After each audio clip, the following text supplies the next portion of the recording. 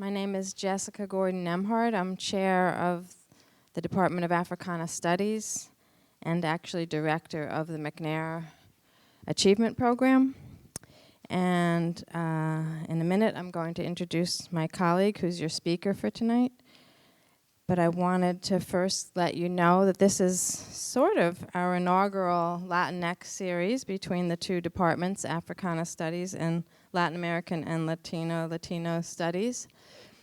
And one of the reasons we wanted to create this series is because we wanted, one, to celebrate that heritage, right, Afro-Latinx heritage, but we also wanted to make sure that the campus, and especially you students, understood that Latin American, Latino studies and Africana studies really cover many of the same issues. We don't see ourselves as separate competing departments. We're both concerned with the same kinds of issues about colonialism and racism and struggle. Africana, we actually were the African American Studies department here until about 6 or 7 years ago. We changed our name to Africana Studies in part to include Africa and more of the diaspora, not just African American, but also we wanted to signal, because this is a campus with such a large Latino population, we wanted to signal that we also consider Latinos to be part of the African diaspora. And like the Young Lords and other groups, we recognize the mixture and the African heritage that also is part of the Latino heritage. And so that's part of the spirit that we come here with. We wanted to make sure that we were doing joint programming to make sure that the campus was really covered in this area. And this is one of our first programs. We're hoping to have at least one program every semester. We'll see how we do, but we've got plans for the next semester coming up, and we're really excited that you're here today. So let me introduce Professor Jose Luis Morin, Chair of Latin American Latino Studies.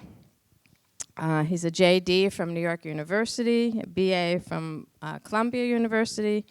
He's also the director of the Rosanna Rosado Fellows Program here at John Jay, on the advisory board of the John Jay College Ronald H. Brown Law Prep Program and the UHLC Pre-Law Pipeline Program. He is a former interim dean here in undergraduate studies at John Jay, a former provost at Gutman Community College, a founding provost there. And his specialties are, domestic and international criminal justice, international human rights, civil rights, Latino studies, Latin American studies, etc. He's published many books and articles, including editor of Latinos in Criminal Justice, an encyclopedia from 2016, and the acclaimed Latina Rights and Justice in the United States, Perspectives and Approaches. He will be talking about Puerto Rico and the legacy of Jim Crow. Take it away. Thank you. And I just want to reiterate, this is the first of many events that we're going to be sponsoring here, our two departments, and I think it's a wonderful collaboration, so I really want to thank Professor Gordon-Nembhard for her collaboration with this. I think this is really exciting. It's long overdue here at John Jay College of Criminal Justice, given our very diverse student body. So I'm glad to see such a strong turnout for today's event. Let me just start by talking about the significance of understanding the case of Puerto Rico, just as a general matter. It's oftentimes thought of as this somewhat far away place, although easily accessible, 3.5 hours away on a plane ride. And at the same time, it's interesting that, do you not hear me back there? Okay, is that a little better? Is that a little better? Okay. My apologies, I'm struggling with a little bit of a cold. So one of the things that's really quite interesting about the case of Puerto Rico is that we oftentimes think we know more about the island and its people than we actually do. And that's could not have been made clearer than what has occurred over the last year or so and how many people really started to get to know about Puerto Rico for the first time after Hurricane Maria. So I'm going to be integrating some of that into this talk. The case of Puerto Rico, though, I think it is a much larger issue than just for people who are of Puerto Rican descent or who are still living in Puerto Rico. That we're talking about questions that go beyond just the island and its people, that really speak to where are we in terms of our rights and privileges under the US Constitution, particularly with regard to people of color in general. So I want to move the direction of this conversation into what is it that we envision the United States to be, and what kinds of rights should be accorded equally if, in fact, we talk about this country as being a democracy. And the case of Puerto Rico really does challenge fundamentally what the United States purports to be and how it purports to accord rights to all. And you'll probably, if given my experience in giving this kind of presentation, I think some of you probably will be stunned to understand, get a deeper understanding of the relationship between the United States and Puerto Rico.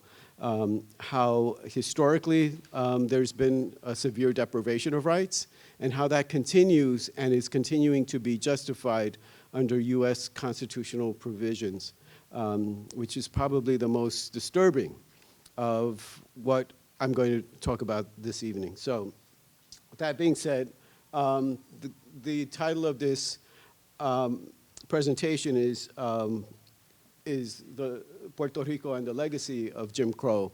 And oftentimes those two things are not necessarily connected.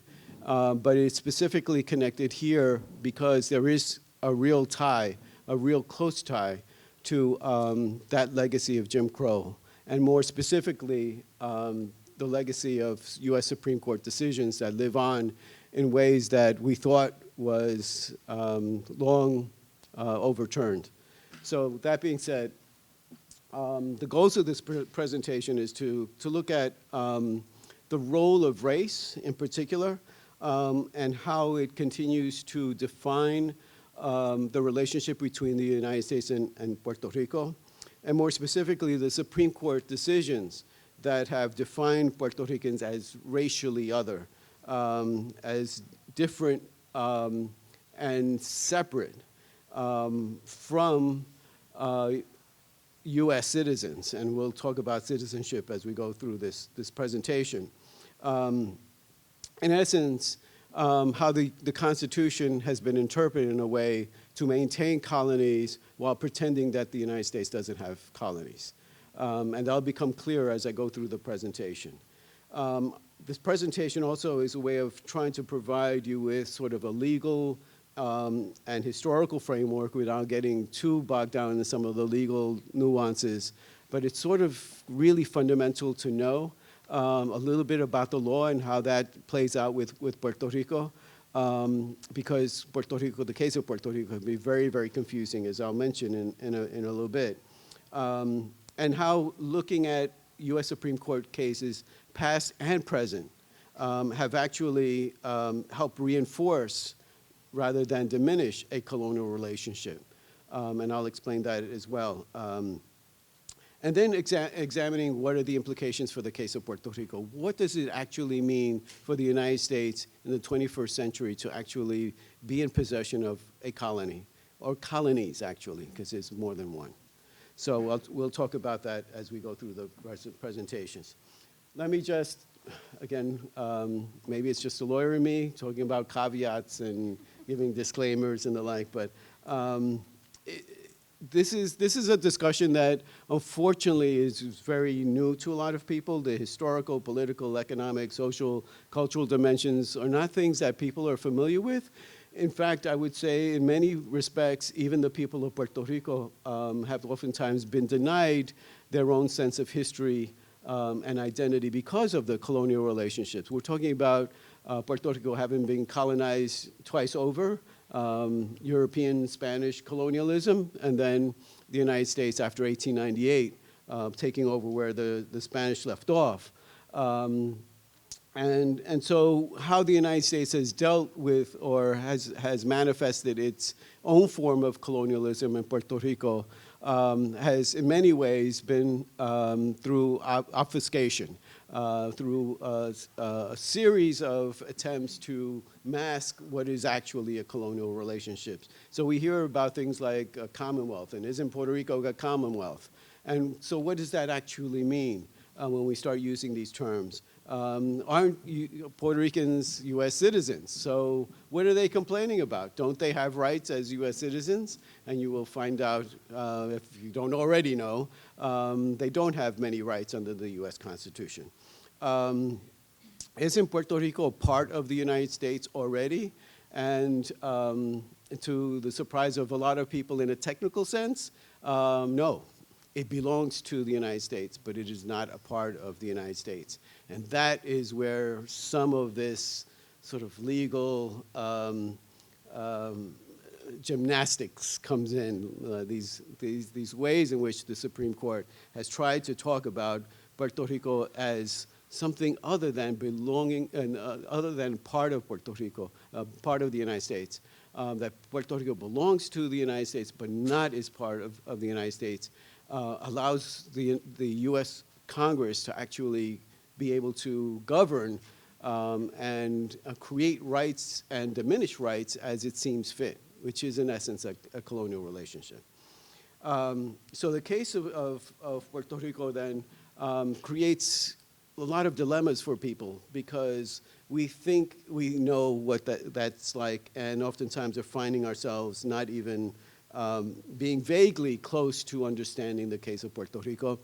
And to give you another example of how that's happened just nationally, as of 2016, a survey of people in the United States found that about 43%, only 43% of the population in the United States even knew that Puerto Ricans are U.S. citizens.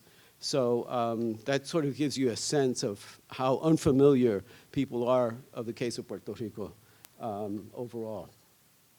So just as a recap of some of the more current problems and crises in Puerto Rico, as you know, as you may know, prior to the Hurricane Maria in 2017, Puerto Rico was already suffering from an economic crisis. A crippling debt crisis in the tune of some $73 billion in debt that the island's governor had admitted the island cannot even pay. And with that came government austerity plans, unemployment, a mass exodus of Puerto Ricans from the island. And so now there are more Puerto Ricans living outside of Puerto Rico than there are on the island, some 5 million in the United States, continental United States, some 3.4 million on the island itself. And that was prior to Hurricane Maria. Post-Hurricane Maria, we have a situation where there was inadequate federal and local humanitarian support and assistance. The latest numbers are running somewhere around close to 3,000 deaths as a result of Hurricane Maria, according to a George Washington University study. The Harvard study was showing well over 4,000 deaths, nearly approaching 5,000 deaths. And then we have a governor up until recently, up until the George Washington study was, George Washington University study was released, was insisting that the number of deaths was still at 64. And of course, you've probably been following what Trump has been saying about this whole thing. Most recently, he's basically has categorized the federal government's response as a success. And all of these figures that have come out recently are really a plot by the Democrats to falsify the numbers and to count people who weren't really affected by the hurricane itself. So he's probably still living on numbers like 16, because when he was in the island, that's what he boasted about, that there were 16 deaths. This was nothing like Katrina. If you believe in facts, nothing could be further from the truth. So Puerto Rico's situation post Hurricane Maria, the population still continues to decrease. We're losing doctors, professionals, all sorts of people who could be helping the island recover and rebuild. We're also seeing now the number of people who probably stand to benefit are people that are engaged with hedge funds, creditors, outside investors who are looking at Puerto Rico's crisis as an opportunity at the expense of the population of Puerto Rico. Let's start from the beginning, though, because it's really important to understand how Puerto Rico has always been a colony. I won't go back as far as Spanish colonialism, but I'll start with 1898, or at least a little bit before that. And a lot of that starts really with more like 1776, where the United States, becomes an independent country. Ironically, a country that was founded on a revolution to destroy colonialism, at least their own colonial status. But as far as some of the founding fathers were concerned, people like Benjamin Franklin, Thomas Jefferson, they were already eyeing places like Mexico and Cuba as becoming part of the United States, to be extensions of the United States. Thomas Jefferson talked about the United States having a hemisphere unto itself, that the Spanish Empire would be taken by this new country, the United States of America, as a way of securing these Spanish colonies for itself, piece by piece. It looked at, by the mid-1800s, the United States had well established a plan to expand, not just in the Americas, but also to the Pacific as a way of gaining greater trade markets. So they were looking at places like Hawaii, Puerto Rico, Cuba, and the like, certainly by the late 1800s, and making plans to expand the United States. So many of you have probably heard of manifest destiny, this term that was coined by a journalist who was looking at how do you actually frame this idea of the United States expanding its territory. And manifest destiny really sort of resonated with the political powers at the time, who really felt that this was a country that was being founded by Anglo-Saxon Protestants and it was a country that was distinct from other countries in that way. That these were people that had the blessings of providence, of God, behind them. And they had a sense of cultural and racial superiority that motivated them to expand their territory. So manifest destiny really, it's a very loaded term with a lot of racial and connotations. And race then becomes a central part of manifest destiny. And oftentimes, in studying history or learning history in the United States, we hear about this expansionism as some sort of wonderful way in which the United States then expands its territory. But we oftentimes are not really focusing on some of the racial undertones that really spoke to how white Anglo-Saxon Protestants saw themselves superior to the people that they were conquering. And much of how the law plays out is as if these territories were really not occupied by anybody, certainly not occupied by anyone of worth any rights. So Native Americans under U.S. Supreme Court decisions are looked at as fierce savages. That's Johnson v. McIntosh case.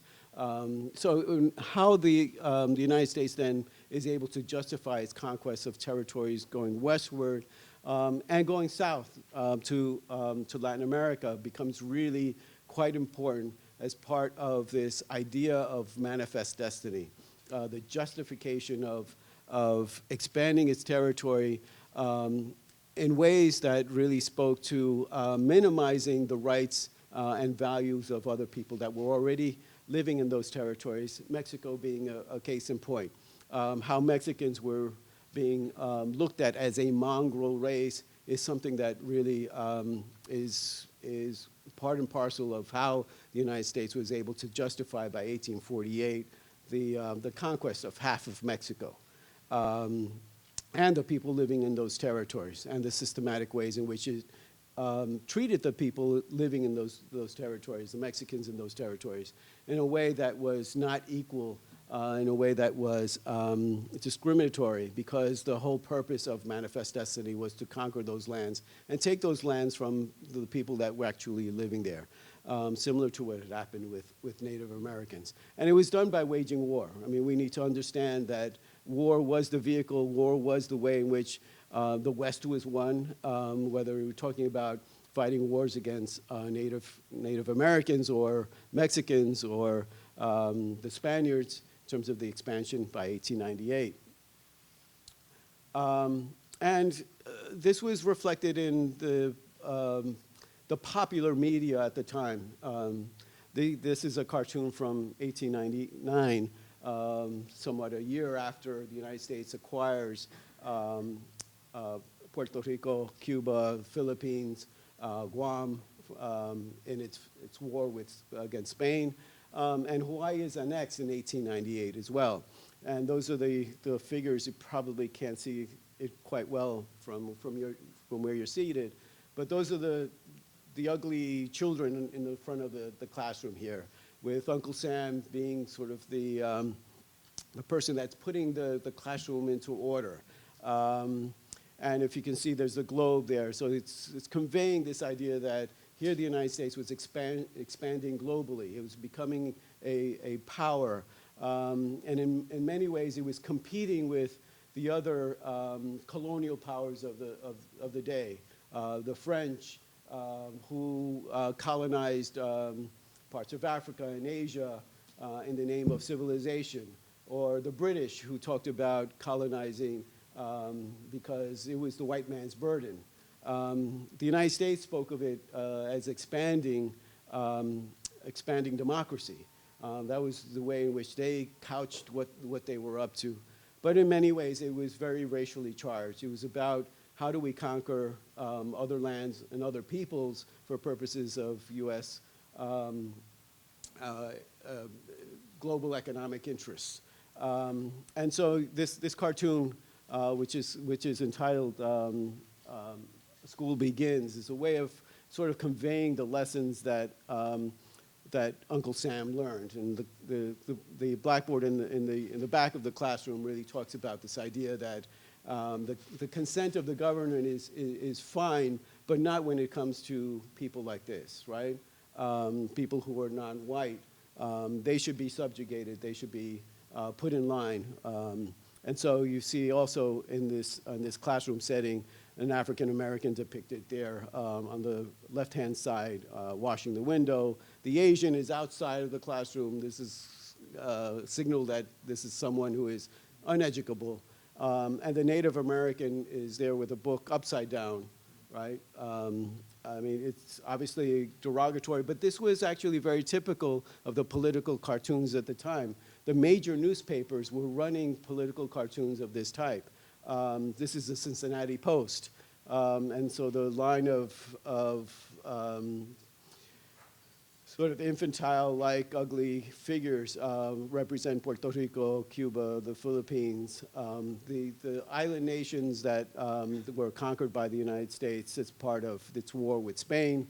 Again, the classroom setting, the United States really acting as, right, the person that was going to be leading the class. And here you have a similar depiction with Puerto Rico, Cuba, Philippines, all being depicted as infantile, people incapable of governing themselves, and Uncle Sam as really in essence, the great white hope. And of course, Puerto Rico was always, and in many respects, this sort of attitude still prevails in terms of how people really think of Puerto Rico. as people that aren't able to govern themselves, people incapable of being able to manage their own affairs, and isn't that why they're in debt in any case? Not understanding, right, how colonialism has really put Puerto Rico into a very difficult economic situation, which we'll discuss. That's not dissimilar from what, right, we have become familiar with when it comes to the depictions of African Americans, particularly in relationship to the Jim Crow era. The cartoons and the depictions of African Americans as being childlike, as being, as in ways that are ridiculing African Americans, as people who are incapable. I mean, it all really runs really parallel to how Latin Americans are being depicted. They're being depicted as racially other. They're being depicted as racially inferior. And persons certainly not deserving of equal rights. And so that has taken the shape and form of the law. So the Treaty of Paris, which ends the war between the United States and Spain, really maps out how the political status and the civil rights of the people of Puerto Rico and the other conquered territories would be defined, and it would be defined by the US Congress. It would not be defined by the people of Puerto Rico or the people of Cuba or the people of the Philippines or of Guam. Any of these territories, these folks were not going to be determining their fate. Their civil rights, their political status was going to be defined by the US Congress. That's straight out of Article 9 of the Treaty of Paris, making it very clear this is not something in their purview. This is not something that they should be exercising their rights of self-determination. And in that respect, the kinds of racist ideas and notions that were part of making these kinds of decisions, political decisions, are all over the congressional record, right? How the Filipinos were really looked at as weaklings of low stature with black skin, closely curling hair, flat noses, thick lips. It went on and on. These are mongrels of the East, just like the Mexicans were the mongrels of, right, the southern border. These overlapping racial characterizations become really clear when you start looking at the congressional record. And in this case, this is citing what a racial threat the Filipinos really pose to the United States. That these are mongrels of the East with breath of pestilence and a touch of leprosy. If you recall, just a few years ago, this idea that Mexicans were coming across the border and bringing in leprosy, that's a recurring theme that we've seen over and over again when it comes to people that are considered racially other. And we'll talk about how that plays out with Puerto Rico. In fact, that's the next slide. When we're looking at, right, the Supreme Court decision that speaks to defining the relationship between the United States and Puerto Rico. It's called the Downs versus Bidwell case of 1901. It's part of a long series of cases called the Insular cases. These are the cases that the US Supreme Court had decided with respect to the various territories that the United States had basically conquered. And in the Downs case, it becomes so incredibly important because it really defines how that relationship between the United States and Puerto Rico would be defined well into the future. And it gets even more interesting. But more specifically with regard to race, the people who were conquered as part of the war with Spain, the Philippines and Puerto Rico and the like, are all defined under the Downs v. Bidwell, and more particularly with regard to Puerto Rico. The people are defined as an alien race.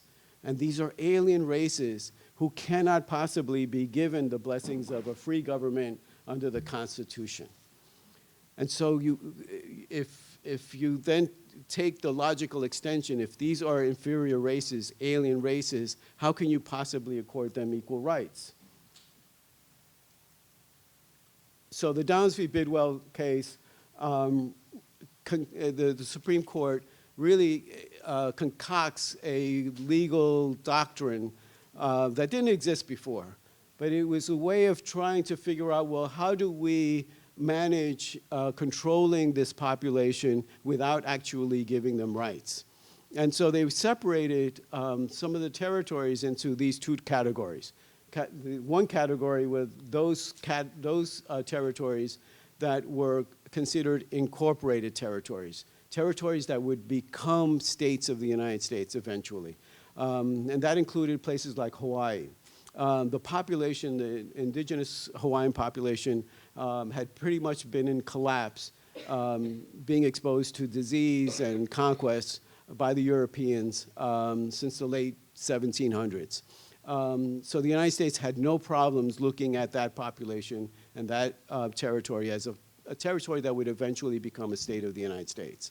Not right away. It had to be fully dominated by white Anglo-Americans, but that it would eventually. But places like Puerto Rico, Philippines, these were considered unincorporated territories.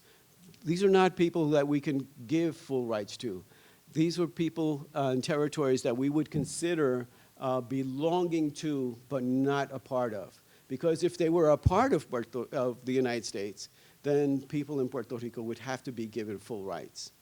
So it's a legal framework that unfortunately is still the framework that is operative when it comes to the United States and Puerto Rico's relationship. And in order to ensure that this framework would be maintained, the people of Puerto Rico, because they are not a part of the United States, then would be subject to what's called plenary powers. These are very expansive powers on the part of the Congress of the United States to basically decide what kind of rights people of Puerto Rico would have. That is still, in essence, the fundamental basis for the relationship between the United States and Puerto Rico. In fact, there were two U.S. Supreme Court decisions as recent as 2016 that basically said and reinforced this idea that it's the U.S. Congress that has sovereign power over Puerto Rico, that in spite of whatever happened in the 1950s to create the so-called Commonwealth government, the people of Puerto Rico really don't have any real significant sovereignty over themselves and any real right of self-determination. This is the Supreme Court in 2016 talking, basing itself on this precedent. Because unlike other U.S. Supreme Court decisions that have been overturned, we'll talk about one in particular in a second, this is still the state of the law when it comes to U.S. Supreme Court decisions in Puerto Rico. So interestingly enough, the main opinion in the Downs case, Downs versus Bidwell, 1901, was penned by Justice Henry Billings Brown. This is the same justice that wrote the Plessy versus Ferguson decision, right? Now, unlike the Plessy case, the Downs case has never been overturned. And this is where it gets very interesting, because what we're talking about then is a system of separate and unequal, that we will designate Puerto Rico as an unincorporated territory. We can deal with and treat Puerto Rico separately and unequally because Congress is accorded powers that are very broad, plenary powers, under the territorial clause of the U.S. Constitution. So the territorial clause then becomes a way of trying to empower Congress over the rights of people in ways that is purely colonial. But when it comes to U.S. Supreme Court decisions, it sounds like, well, we're just following the Constitution. This is just what the Constitution is saying, and Congress is empowered to do this. And therefore, we're not really going to look at this as a colonial relationship, even though they are in fact governing without the consent of the people themselves, which is fundamentally colonial. And one of the interesting things that happens in the Downs v. Bidwell case is that Justice Brown makes really clear that we've got to move in this direction. Because if we don't move in this direction, if we don't create a framework of this type, that we are basically going to be jeopardizing the American empire. And those are terms that, right? You know, he's actually referencing Chief Justice Marshall using this term, American empire, because there's a series of Supreme Court decisions that precede this that speak to how the United States can justify the conquest of Native American lands and how whites have superior title over Native Americans. And that was all part of creating the American empire. So the United States really was set on an imperial trajectory. And the Supreme Court was very clear about it. And should we decide this in a different way, we would basically be undermining this empire. And so by way of creating these ideas about incorporated and unincorporated territories, using the territorial clause of the US Constitution to empower Congress to make decisions over peoples that were conquered and territories that were conquered, this was a way of creating a framework for colonialism without necessarily calling it that. But the same was holding true for Puerto Rico as with these other territories. In the congressional record, when they were trying to decide, so now that we have possession of Puerto Rico, what kind of rights should these people have? These were the kinds of things that were being said in the congressional record, in the US Senate. They're of a Latin race and they're of quick and excitable tempers, but they are at the same time patient, docile, frugal, and most of them industrious. So here you have a very interesting sort of juxtaposition. And on one level, they're of a Latin race and quick to temper, but they're also patient, docile, and industrious. So we will malign them in one way and exploit them in another because they're industrious after all. So these kinds of racial characterizations really went a long way in trying to ensure that people were, especially policymakers in Washington, were clear about ensuring that this is a population we don't want to have equal rights to. So you might say to yourself, well, by 1917, the US Congress had decided that Puerto Ricans should become citizens. So let's go back to the congressional record. What does that actually mean? What did they actually mean by so-called granting Puerto Ricans US citizenship? So Senator Foraker, who was instrumental in this movement, made really clear in the congressional record. In adopting the term citizens, we did not understand, however, that we were giving to those people any rights that the American people do not want them to have. He was very clear. We're not really looking at these people as Americans, and we're not going to give them rights that the American people do not want them to have, right? If you look at the sentence before that, we do not propose to have any subjects, and therefore we adopted the term citizens. In other words, we're not going to allow anyone to say that we, the United States, have colonial subjects. We're going to call them citizens. It's a way of getting around this idea that you are in possession of colonies and you're treating people that you govern as colonial subjects. And they're making clear, we're not going to allow that to happen. We're going to call them citizens, but we're not going to give them any rights that we don't want them to have, that we don't want the American people to give them. So citizens is a word that indicates allegiance on one hand and protection on other. This is, again, the very paternalistic paradigm that the United States created, that these are people that are infantile. They're not able to govern themselves. We have to protect them. And on the other hand, we want the allegiance from them. Interestingly enough, the legislature in Puerto Rico at this time was never consulted. They voted in favor of keeping citizenship as Puerto Rican citizenship. In spite of that, Congress moved ahead with this in 1917. 3 months later, people from Puerto Rico were being sent to fight in World War I. And so citizenship, in essence, really was a way of trying to ensure that, that the United States would be able to control Puerto Rico. And of course, there was a sense of, well, wait a minute, if we are citizens, should we now not have the ability to have equal rights as full, under the Constitution, as full US citizens? And that was, that issue came up in a case called Balzac versus people of Puerto Rico in 1922. And in that case, the Supreme Court basically said, no, you do not have the ability to have equal rights because you are still an unincorporated territory. And the territorial clause still applies. Congress will still have the authority to define the rights that Puerto Ricans living on the island could have.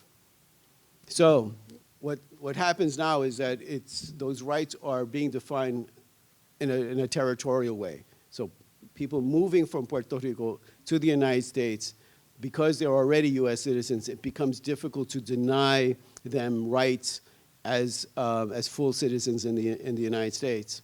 But that happens nonetheless, and I'll get into that in a second. But that's really the state of affairs. So if you live in Puerto Rico, you cannot vote for the President of the United States. You do not have voting representation in the Congress, which makes decisions over Puerto Rico, its island, its people. And that's been the state of affairs, and has been reinforced in US Supreme Court decisions over decades. There are a couple of instances here when we're looking at cases coming out of 1978, 1980, in terms of the ability for Puerto Ricans to have even equal government benefits, things like Social Security disability. Even if you have paid into Social Security disability, if you live on the island, you're going to get less in Social Security disability and other types of government benefits because the US Congress has decided we will continue to maintain a double standard for the people of Puerto Rico. And so this replicates, right, the kind of poverty and despair on the island over a long term if you have an unequal economic relationship, if the relationship really functions in favor of the United States and to the disadvantage of the people of Puerto Rico. And those are the kinds of things that actually we saw during Hurricane Maria, right? So we were trying to get goods to Puerto Rico, things that people needed. Puerto Rico didn't have the right to have nearby islands help bring goods to Puerto Rico because the United States has a law, the Jones Act of 1920, which prohibits Puerto Rico from having other ships that are not made in the United States, that are not run by US citizens, that are not connected to the United States, from bringing goods to Puerto Rico. That was suspended for about a week or so, but island nations close by, like Dominican Republic and Cuba, could not dock in Puerto Rico because of that law. So in the most extreme case of need in Puerto Rico, it could not get help from nearby islands. And there were some comparisons being made to the kind of aid that was made available to Haiti in its emergency situations, and Puerto Rico, and how Haiti was able to get assistance much more rapidly and much more effectively than Puerto Rico, in spite of its relationship with the United States. And so you might say to yourself, well, wait a minute, by the 1950s, there's the creation of this Commonwealth status. Didn't that really change things fundamentally? Let's go to the congressional record, right? Here, the congressional record, this is the House of Representatives debate over the Senate bill, which was about how the US Congress was deciding that Puerto Rico could even have a vote on a so-called Commonwealth Constitution. So if you look at how these changes have been made, it's all generating and it's all fundamentally and ultimately a product of the US Congress's measures or acts in relationship to Puerto Rico. Anything that ever happens in relationships of any significance has to pass through Congress. Even the Commonwealth Constitution, which was voted in the early 1950s, the debate around that Constitution in Congress made it really clear that the bill in consideration, that is the bill to allow Puerto Ricans to vote for a Commonwealth Constitution, would not change Puerto Rico's fundamental political, social, and economic relationship with the United States. That was very clear from the very beginning. That's not what the United States represented at the United Nations. At the United Nations, what the United States represented was that this was pretty much an exercise of self-determination, and therefore Puerto Rico should be taken off the list of non-self-governing territories, and international law no longer pertained to the case of Puerto Rico. The United States made it a domestic issue, not an international issue, and it wasn't until the 1970s that the Decolonization Committee at the United Nations took up the case of Puerto Rico, because it became very clear from an international perspective that colonialism was still alive and well in Puerto Rico. But fundamentally then, we need to understand that these are the kinds of things that really have shaped the situation in Puerto Rico and have diminished the ability of the island to govern itself, to ensure that its economy works for Puerto Rico. And that happened very systematically, and oftentimes we don't even fully understand and appreciate how that was happening systematically from the time that the United States took over the island in 1898. In 1898, you had General Miles, who actually was, had just prior to that been leading the wars against Native Americans. He becomes in charge of the island. English is imposed as the official language in schools, and that didn't change till 1948. So you have an undermining of the Puerto Rican culture and the Spanish language on the island. And you have a whole series of other ways in which the United States pretty much suppressed any movement towards independence, and we'll talk a little bit about that.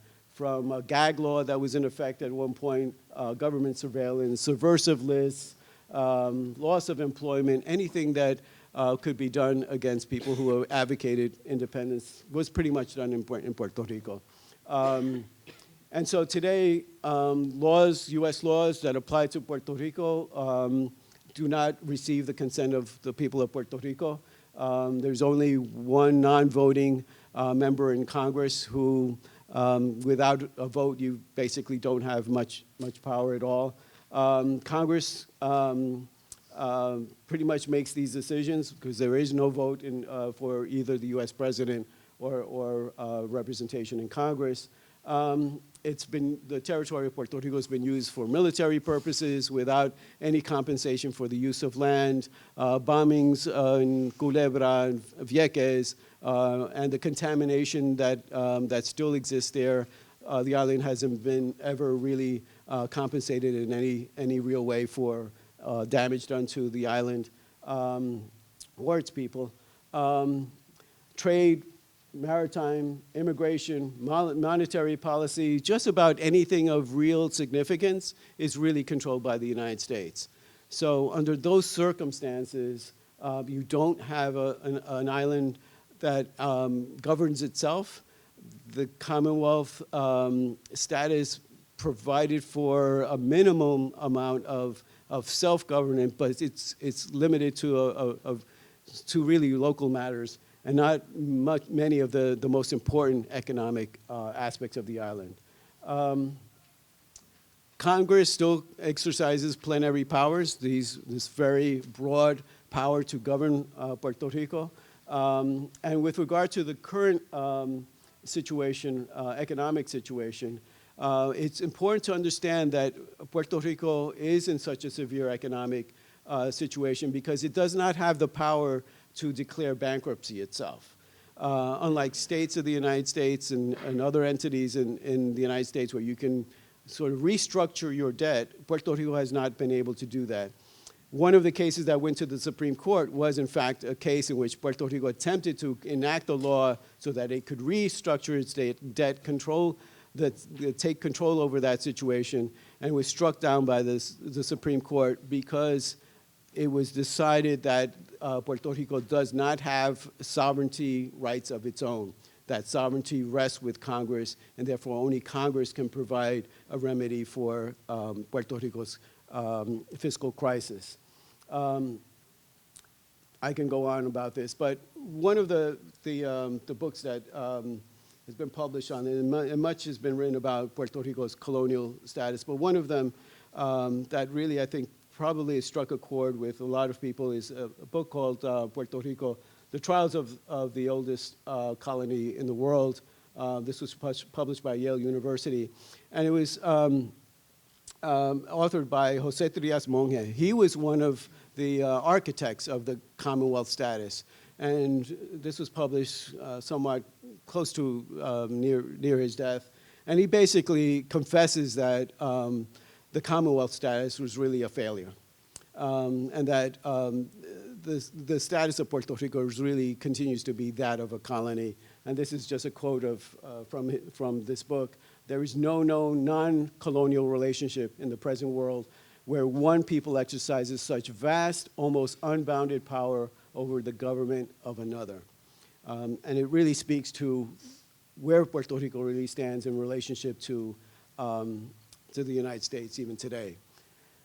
So you might be saying, well, aren't there principles somewhere that speak to the right of self-determination, the right of people to govern themselves and to be free from outside domination and exploitation and subjugation?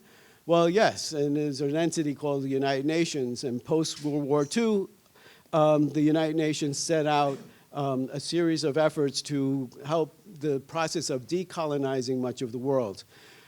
World War II, as you have probably studied, was a war in which you had a number of countries, Germany, Japan, Italy, conquering other territories. It became really clear post-World War II that the victors who wanted to create the United Nations had to include some provisions for recognizing the right of self-determination as a fundamental part of human rights. Unfortunately, many of the powers who won World War II were in possession of colonies themselves. In 1946, the United Nations actually put together a list of non-self-governing territories, territories that were, in essence, under colonial rule. And these were the ones that the United States had on that list: Puerto Rico, Guam, American Samoa, U.S. Virgin Islands, Hawaii, Alaska, and the Panama Canal Zone. The ones in red are basically colonial possessions even till today. So the American Samoa, U.S. Virgin Islands, Guam are still on the United Nations list of non-self-governing territories. Puerto Rico has been on the agenda of the Decolonization Committee since it was taken off officially in the early 50s. But nonetheless, it is pretty much, from an international perspective, seen as a colonial possession of the United States. So there are principles under international law that really speak to how the so-called Commonwealth vote really wasn't a legitimate vote. In the early 50s, the United States pretty much gave Puerto Rico one basic option: vote for the Commonwealth status, which presented some possibility of hope for the people of Puerto Rico, or basically remain an outright colony. And so there was quite an effort to make that a viable option for people of Puerto Rico, especially if, an island that had been so poor was looking for options, and the United States was posing these ideas in the context of economic development. And so that idea moved forward with the collaboration of people, some of the elites in Puerto Rico. And the result was this so-called Commonwealth vote in 1952. The United States represented that the people of Puerto Rico had exercised their right of self-determination, but it also ran counter to some other principles that the United Nations at the same time was also adopting. One of them being that if you're going to have a vote on your status, you should at least be accorded 3 options, at the minimum. One of them being statehood, one of them being free associated state, not Commonwealth, free associated state, and a third being independence. The United States pushed this vote for Commonwealth because that resolution that spoke to these 3 options was already in the works, and they wanted to ensure that it was going to be Commonwealth, not free association, or not any of these other options that the people of Puerto Rico would be given. So the question of self-determination has been central to the whole question of whether Puerto Ricans really are going to be treated as peoples under international law, or whether they're going to just continue to be colonial subjects. The United States, understanding where the direction of international law was going, very hesitantly, but in the long run, was actually ending up recognizing these very principles of the right of self-determination. This one is a resolution, Resolution 1514 from 1960, spoke to all peoples having the right of self-determination. By virtue of this right, they freely determine their political status, freely pursue the economic, social, and cultural development. This was a resolution that the United States abstained from. It did not vote in favor of this. But by 1966, that same principle of the right of self-determination had become overwhelmingly accepted by the international community. It is part of Common Article 1 in 2 major treaties, one being the International Covenant on Civil and Political Rights, which the United States has ratified. So that principle of all people having the right of self-determination is now part, or should be considered part, of the United States law, because it's so fundamental to people's basic rights, universally accepted. The second being the International Covenant on Economic, Social, and Cultural Rights, which the United States has refused to ratify. But nonetheless, this idea of the right of self-determination being fundamental part of international law is something that the United States has, in essence, bound itself to, but has not necessarily recognized in any operational way. I can fast forward to where, yeah, I can fast forward to where the United States is with some of this now. Bush administration did a task force on Puerto Rico, pretty much stating that based on U.S. constitutional principles and the basis of this relationship with Puerto Rico, the Downs case and other precedent, that Puerto Rico basically is subject to U.S. congressional authority. And it included the power to revise or revoke the current system, to legislate directly on local matters, or determine the island's governmental structure by statute. In other words, that there was complete authority of the U.S. Congress to change laws, to revoke laws. It created quite a stir in Puerto Rico because people were saying, hey, wait a minute, we thought that the Commonwealth status was supposed to not put us in this colonial relationship, which is basically what you're saying.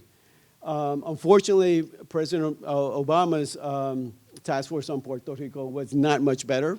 It basically didn't speak to any right of self-determination. It didn't address questions that really pose any significant change from the island status in relationship to Congress's authority. It pretty much reiterated the status quo. So over time, we see that Puerto Rico's right of self-determination, and I alluded to some of this. Over time, we've seen Puerto Rico with any attempts to pose an alternative, any attempts to try to forge even parties or movement for independence, tended to be pretty much squashed on so many different levels. In 1937, you had the Ponce Massacre, 19 people being killed, many of them shot from behind by the police. At that time, Puerto Rico was being governed by someone appointed by the president, and Puerto Rico didn't have its own its own Puerto Rican voted in until the early 1950s. And so what we end up having then is a series of laws, something called the gag law, la ley de la mordaza, which is a way of suppressing the independence movement, even displaying the flag or singing patriotic Puerto Rican flag, or singing patriotic songs you could be ending up in jail as a result of those kinds of activities. By the 50s and 60s, you had COINTELPRO operations in Puerto Rico. We know now you can go actually Google the FBI documents, and you can see very clearly how the FBI was infiltrating the independence movement, subverting it from the inside. By 1978, you had the assassination of two pro-independence advocates in Cerro Maravilla, and who was in ambush by the police. That helped uncover what was then known and became known as the subversive list.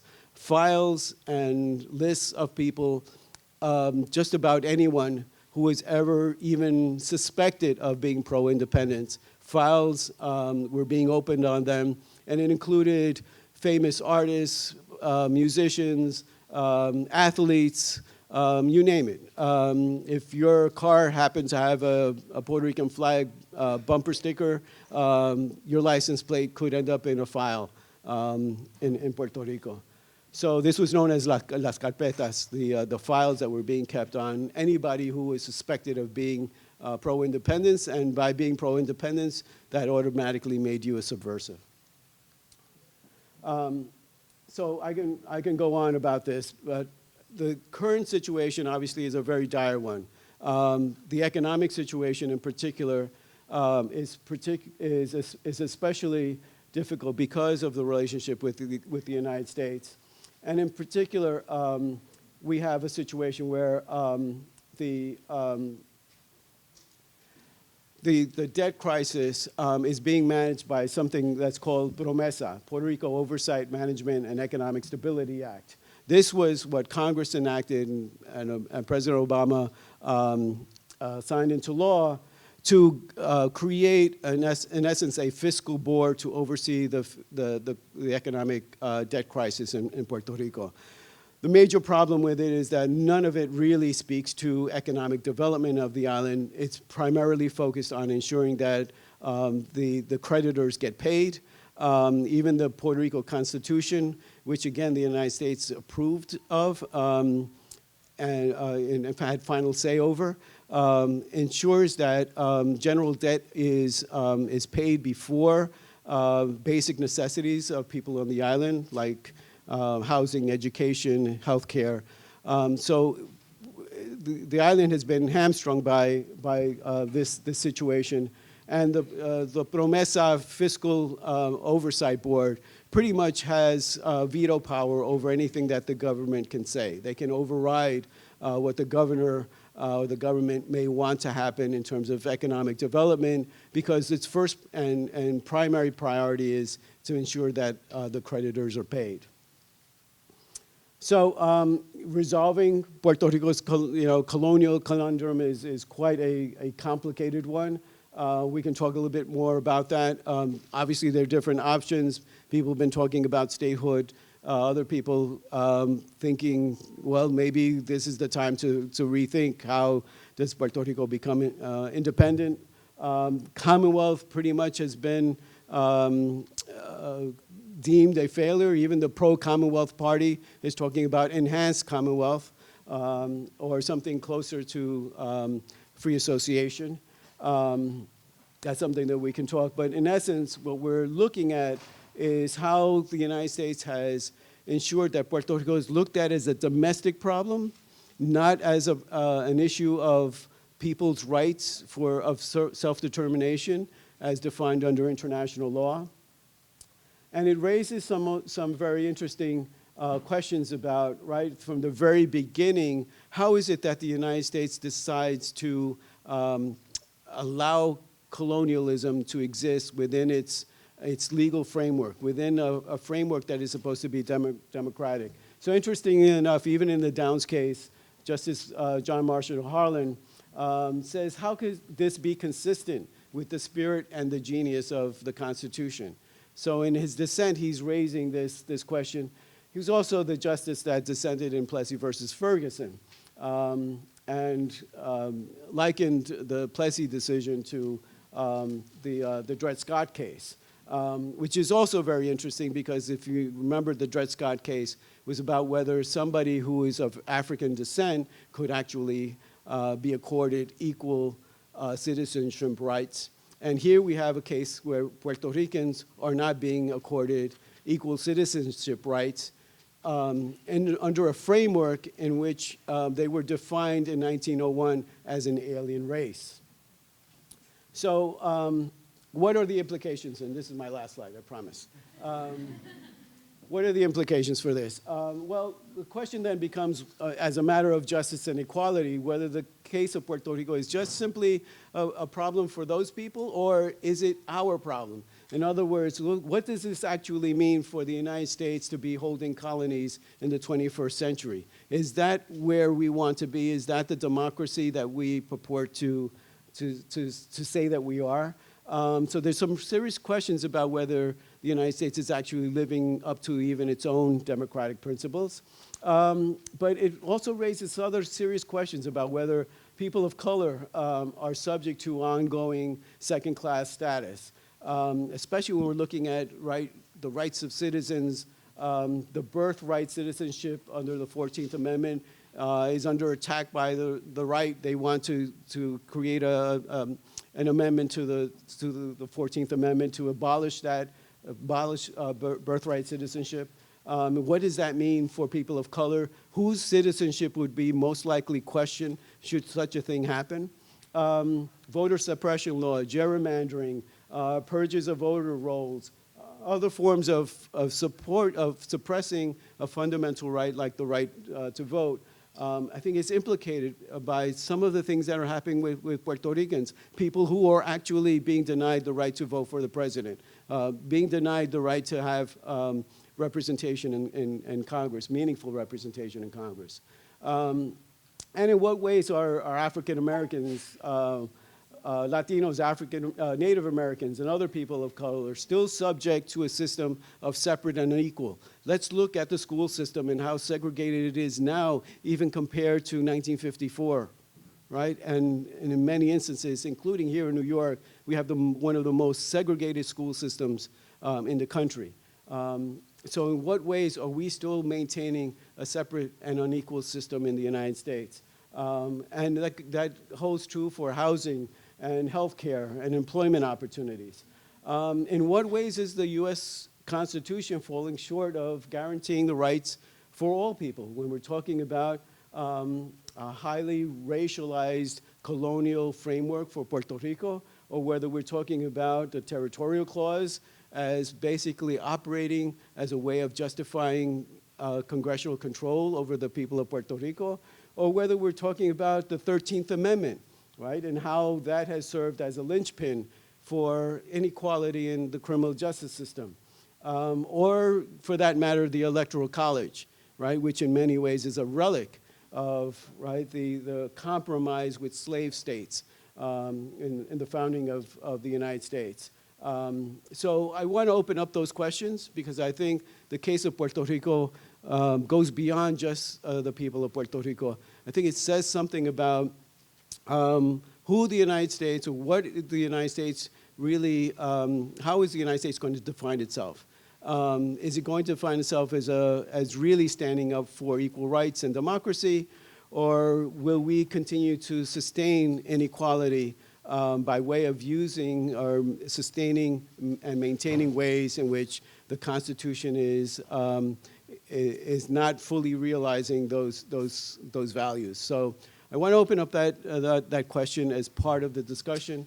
I know I probably went a little longer than I expected, but as I said in the beginning, it's a complicated question, but I think it's a really important question that we have right now, especially since Puerto Rico is still in an emergency. People are still without electricity, water in many instances, and even those people that have electricity and water, that's not always the case. Electricity is very spotty in many parts of the island. The electrical grid is incredibly weak and vulnerable to another storm. It wouldn't even take a hurricane. So there's an incredible need in Puerto Rico right now, but it says something about who we are as a people. Are we going to just simply continue to sustain and tolerate what has been happening to people in Puerto Rico? Are we going to continue to look at the ways in which people of color generally in the United States are mistreated and subject to unequal treatment? So these are questions that are raised by the case of Puerto Rico. So I hope that this help you frame some of these problems in a different way and help inform how you look at these issues. So thank you.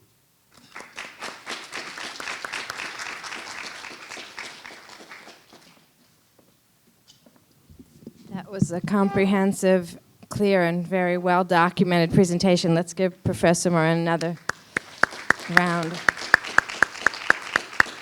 We're going to open it up to questions in just 1 second, but I wanted to give you a few comments about the parallels, right? One of the parallels is actually to look at Washington, D.C. Do you all know that Washington, D.C. is not a state, is in a very similar position to Puerto Rico? It's actually considered the district, right? District of Columbia. It also is only has one non-voting member of Congress, but Congress gets to veto and approve all their budget and all their laws that they pass. It's a predominantly black city and a growing Latino presence in that city. So again, we've got parallels there. We can also look at African Americans he talked a lot about how Puerto Ricans don't know this history. We have the same parallels for African Americans don't often know our history. There's a lot of times when I teach African American studies history classes and students are just shocked about some of the stuff that comes up. In a minute, I want to talk to you about the Constitution and the pro-slavery elements in the original Constitution that show that, but also just the fact that we don't know enough about sort of the resistance, the challenges, and the accomplishments of our peoples and the groups and things that have happened because of the obscuring, right, of the telling of the stories, the obscuring of the terminologies, etc. So just quickly, and then as I said, we want to make sure you guys have a chance to ask questions. I just want to do briefly, I hope you all know that one of the reasons the U.S. wanted to be independent of Great Britain was because Great Britain was about to end enslavement and the African slave trade, and the U.S. wasn't ready for that. And so part of the whole founding of the U.S. as an independent country was actually in order to continue enslavement. And you can see how they did it in the case of Latin Americans and their territories, but they also did it with the Africans who had been brought here in chains.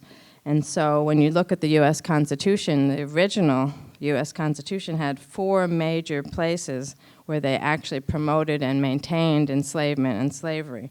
One was they continued the Atlantic slave trade for 20 more years until 1808, when the rest of the world was actually starting to stop that slave trade. They also, the famous 3/5 clause, which everybody thinks means they counted a African person as 3/5 of another person, but that's actually, it was about how much of this enslaved population could be counted toward the people that could vote, right? So for whites who could vote, blacks could not vote, but only the Southerners who owned slaves wanted all their slaves counted as the population toward how many people in Congress they could have. The Northerners, who didn't have as many slaves anymore, didn't want all those black people counted because then the Southerners would have much more representation in Congress. So the compromise was that 3 out of 5 of the black population could be counted toward your population to determine how many people would be in Congress in your representation. So again, but that notion that African Americans were just property and not human beings, they couldn't vote at all, but yet they could be counted in the population so that whites could have more of a vote in Congress. Also, another clause allowed the federal military to suppress slave revolts. So when enslaved peoples were revolting, it wasn't just a local problem with the masters, it wasn't just a state problem, but the federal government could actually use their militia. And finally, the last clause was that escaped slaves had to be returned to their masters. So again, the US Constitution in its early days were recognizing that some people could be property of other people and that the people who owned the property had rights over it as much as they had rights over cattle and any other property that they owned. And these were ensconced in the Constitution, not actually really ever changed, except that the 13th Amendment said slavery was ended except if you were duly convicted of a crime. So we still actually have slavery, enslavement in this country, and we have used that as ways to suppress the populations that we don't want to do well. So let me end there so that you all can ask questions. I do have a question, but I'm going to just put it in the air and hopefully you guys have your own questions. But I wanted to talk about that international UN strategy. Malcolm X had talked about it before they killed him, about that we needed to take the case of oppression against African Americans to the international courts. And I'm wondering about the Puerto Rican strategy, if people have talked about that.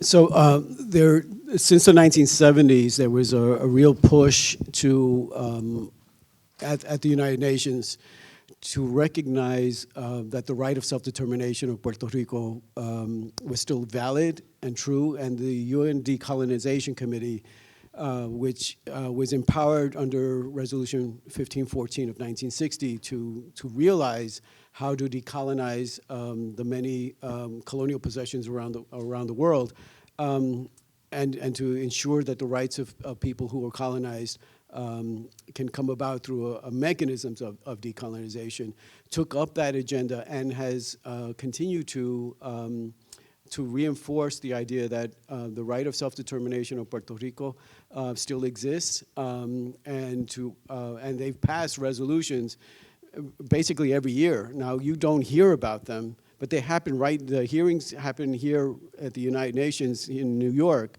every year, usually in the months of June or August, and these resolutions are passed repeatedly. People around the world understand that the United States is still not allowing the people of Puerto Rico to fully realize its right of self-determination under international law, that right still exists. So it is a strategy that's been employed. Unfortunately, most of the media really doesn't look at Puerto Rico from that lens. It looks at Puerto Rico from really the government's perspective, and that's pretty much what's been adopted, which is unfortunate.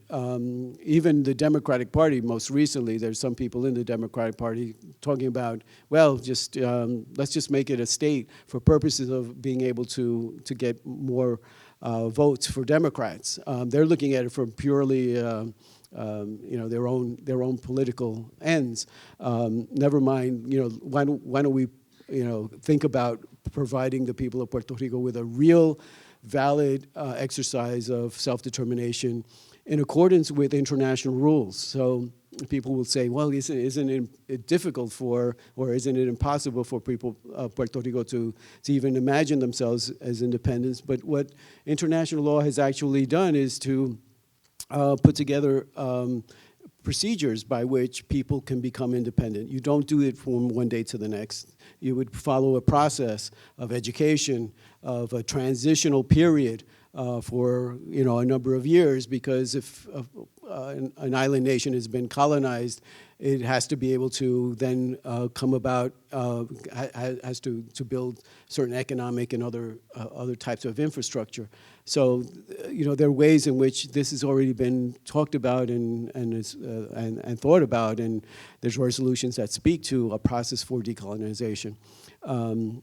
regardless of what status is chosen. And that would probably be a much more authentic way of ensuring that whatever the people of Puerto Rico decide, that that's going to be a process that is true and genuine. There have been many votes in Puerto Rico. You've probably heard about some of them, right? One of my favorites was the vote some years ago, which there were 5 options. The 5th option was none of the above. And that's the option that won a majority of the population. So many of these votes have been a farce. They're not binding on the United States. They're pretty much just, there's a lot of political maneuvering that goes on. So the question then becomes, how do we create a really valid and authentic way of decolonizing the island? Even the pro-statehooders say the island is a colony. The current governor, who's a pro-statehooder, says the island is a colony. So why don't we go through an internationally recognized process of decolonization? So that's how the international approach has been talked about. Questions? There's a lot of information, so I'm sure you have questions. I've got one back here. And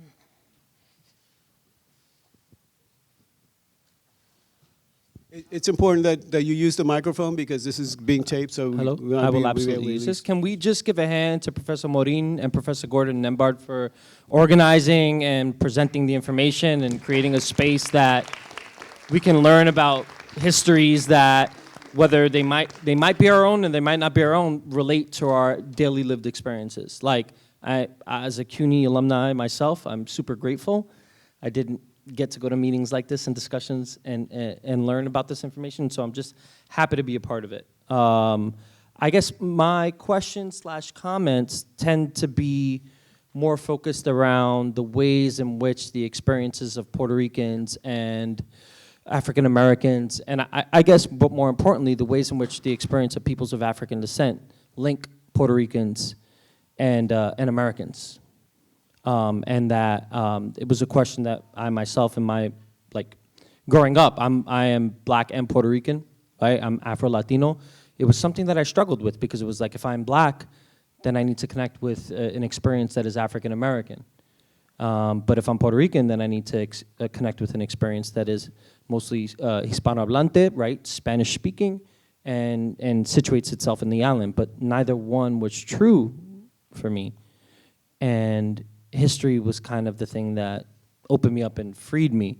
And in particularly, because we were talking a little bit about this notion of oppression, I wanted to just mention one quick thing, which is in terms of understanding the ways in which peoples are racialized, right, and which legislation seeks to racialize us, that there's a connection in the U.S. Eugenics Records Office is what I found.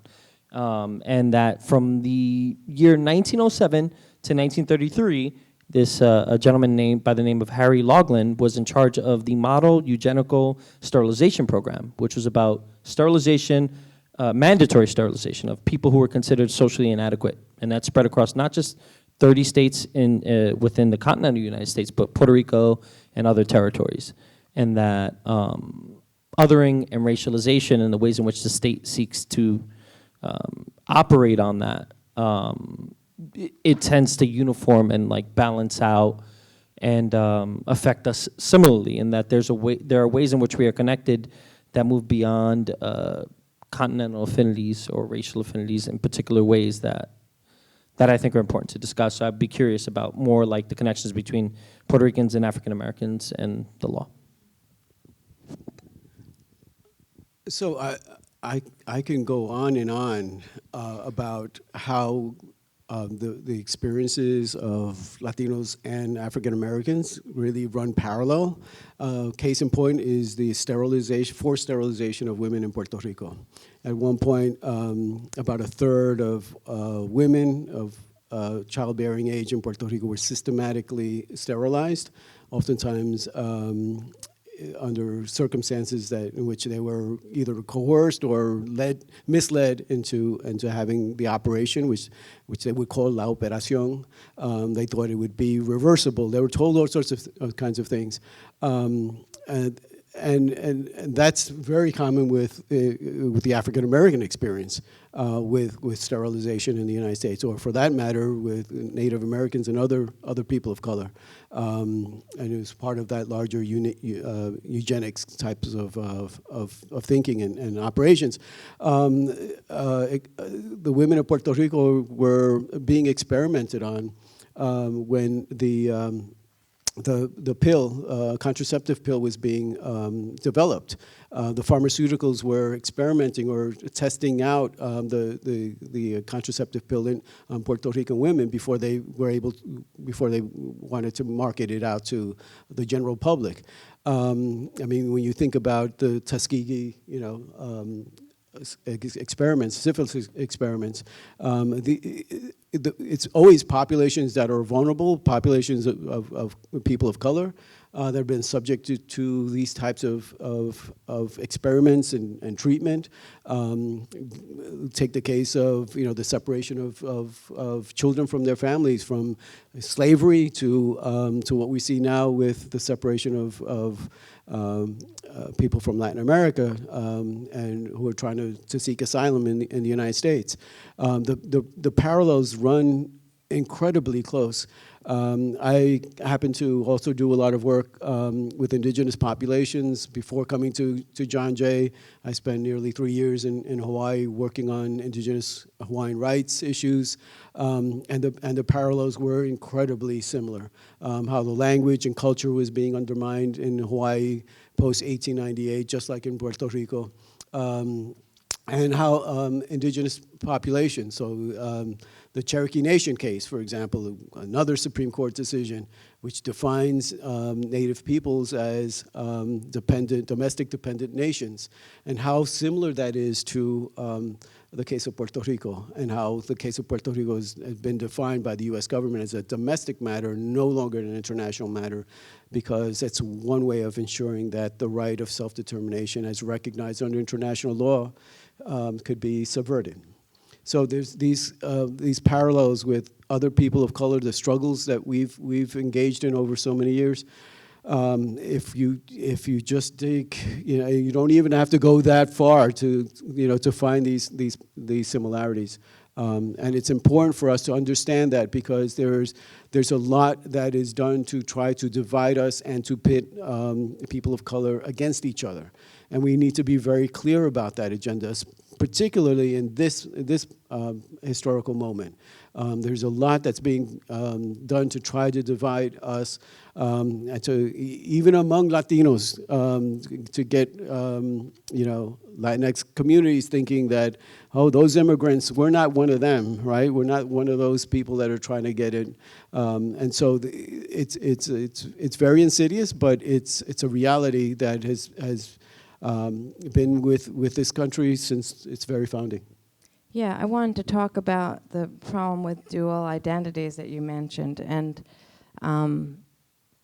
in the United States, because whiteness is so insidious and racism is so insidious, we pit each other. We pit ourselves and are forced to pit ourselves against each other in a sense that we don't even recognize our dual identities. It's easier to say we're only this or only that. The one-drop rule, in some ways has made it you're black or you're not, or the racism of you don't want to be black, and so you make sure to pit the other side. And yet there's so much, if you really look at it, like we had a program last week or the week before with a Native American man who was talking about connections between Native Americans and African Americans, and mentioning so many African Americans who actually had part Native American heritage, but we don't know about it because we only focus on the one heritage. I think the same thing happens with Puerto Rico and black, right? You either call yourself Puerto Rico and don't recognize the black, or you feel like you're bifurcated and you don't know how to talk about it or how to connect it. And part of it, I think, is back to this whole thing about the relationship of racism and ethnic oppression. And so that's part of this, trying to make sure that we are okay. It's fine to be both, right? There's nothing wrong with it. There's commonalities and there's differences, and there's nothing even wrong with differences, right? But it's hard for us in a world that we keep growing up in, right? The liberal thing is to not see difference at all, which doesn't make any sense, right? And the conservative thing is to just try to say we're all white or only white is good, and that's not good, right? So trying to figure that out is hard. But that's why I think some of it, you know, obviously we're scholars, so we think knowledge is halfway there. But also I think being able to talk these things through. And there's lots of examples, say, of Schomburg, remember?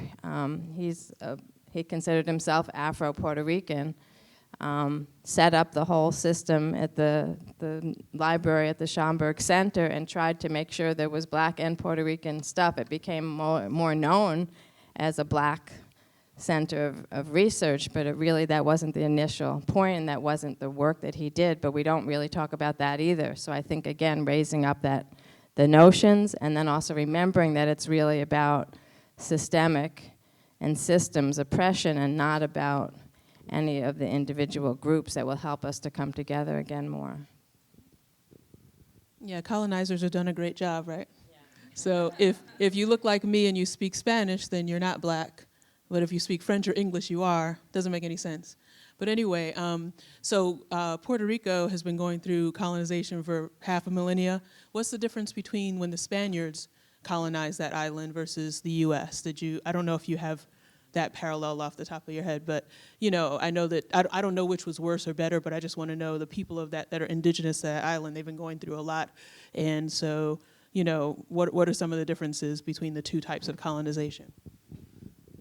Well, I mean, part of it is that how colonization played itself out, you know, prior to 1898 was quite different because it was so much accepted as a part of how the world is shaped, right? I mean, think about how the Europeans basically carved out all of Africa and parts of Asia as part of their colonial domains, the French in Vietnam, and et cetera. So, but, you know, by World War II, right. I think the world then really it's a major turning point because you have Germany having conquered so many territories, and it sort of hit home for a lot of these European countries and the Western powers, right, as they became known, that colonialism was fundamentally a contradiction if you called yourself a democratic country.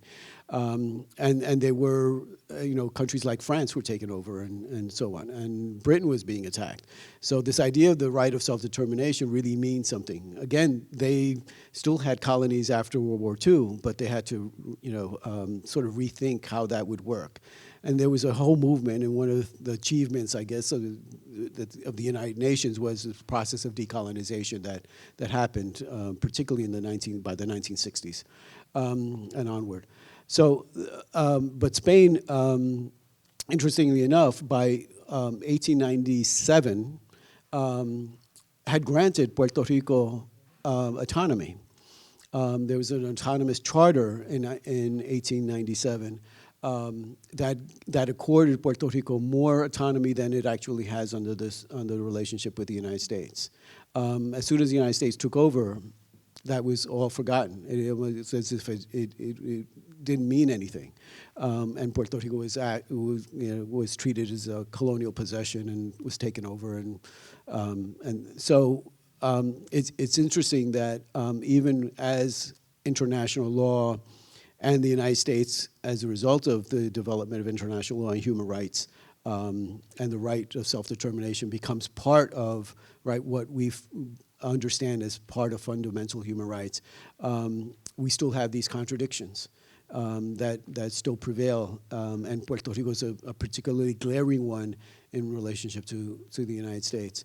So if you take it in its historical context, where Spain left off, the United States picked up and has been trying to maneuver that this is not anything like a colony, and which is why I had to walk everybody through this whole succession of like, well, what does citizenship mean? Well, if it doesn't really give you full rights, then it's really not full citizenship.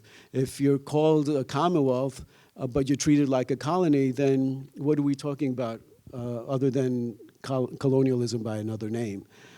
So the United States has been pretty sophisticated at masking what's really going on with Puerto Rico. One of the things that happens with Hurricane Maria is that it's sort of the curtain has been pulled back somewhat, and people are starting to see, well, wait a minute, there's another story here that we need to learn about. Yeah, I have a question about the nomenclature. You said that Commonwealth is not the same as free associated state, and I was wondering that in Spanish, when people talk about the status of Puerto Rico, they say that it's un estado libre asociado. So if you could clarify that for us? Thank you. Well, actually, that's really so. In Spanish, they talk about the Commonwealth status as Estado Libre Asociado, which sounds more like free associated state. But as far as the United States is concerned, it's Commonwealth. So that means nothing in the eyes of the U.S. Congress. So again, this was part of what I would say is the deception of what this status vote was about in the early 1950s. People were buying into it, thinking that they were going to get, and there were among the people who were pro-Commonwealth were a number of people who thought that this was a road to lead to independence, that this would help the island economically and get the island up to some economic footing that then it could realize independence. That has pretty much, had dissipated over time. But some of the economic plans, even back in the 1950s, which were lauded as this wonderful turnaround for the island, really didn't reap a lot of benefits for a lot of people, especially those that had to leave the island. So the more recent exodus of people from the island was not the first time that Puerto Rico has sustained that. So a lot of what was supposed to be happening with economic development, with the whole so-called Commonwealth status, wasn't realized. And more economic analyses of things like Operation Bootstrap, Fomento really show that these economic schemes really benefited a lot of corporations. Money flowed out of Puerto Rico rather than staying in Puerto Rico. But a lot of other economic development that was expected really didn't materialize for the long run. So much of what the Commonwealth scheme was about was really deceptive in so many different ways, economically and even in terms of the nomenclature. Using two different versions of what this was supposed to mean, a Spanish version which seems to have implications that go beyond what the United States actually really meant. And we know that because we can now go to the congressional record and see what Congress really meant by this. It's very, very different than what people were led to believe was going to happen, and the hopes that people had in Commonwealth at the time. And there are people that still adhere to this idea of what the Commonwealth status, should be or is in Puerto Rico, because they were so steeped in that, in the hope of that particular time period. We have time for another question. No? Going once, going twice? I have a question for the audience. How many of you really feel like this was really helpful, that this gave you a real sense of what the situation in Puerto Rico is like? Because it is a very complicated story. It's not an easy story to tell. But I think that's really important because I think how we understand Puerto Rico really will say a lot about how we understand many people in the United States who are facing a lot of challenges economically, racially, and otherwise. The case of Puerto Rico, in my eyes, and and given my background and my understanding of that history and the understanding of Puerto Ricans in the United States, is really, I think, something that we can all learn from.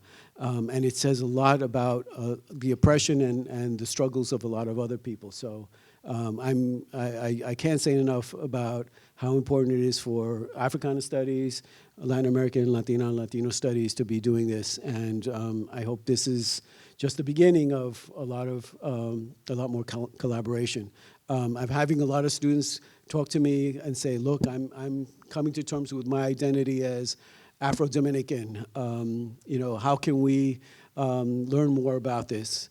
And I'm excited to hear that among our students, because these are the kinds of things that we need to be talking about, and hopefully in the classrooms and outside of the classrooms, we can have that conversation, and everyone, come to a better understanding of the kind of diversity is here at John Jay, and how we can support each other's struggles, because a lot of us still see ourselves as struggling to better our own community and ourselves. So thank you for coming tonight. I really appreciate that. Yeah, stay tuned for more, and thank you so much.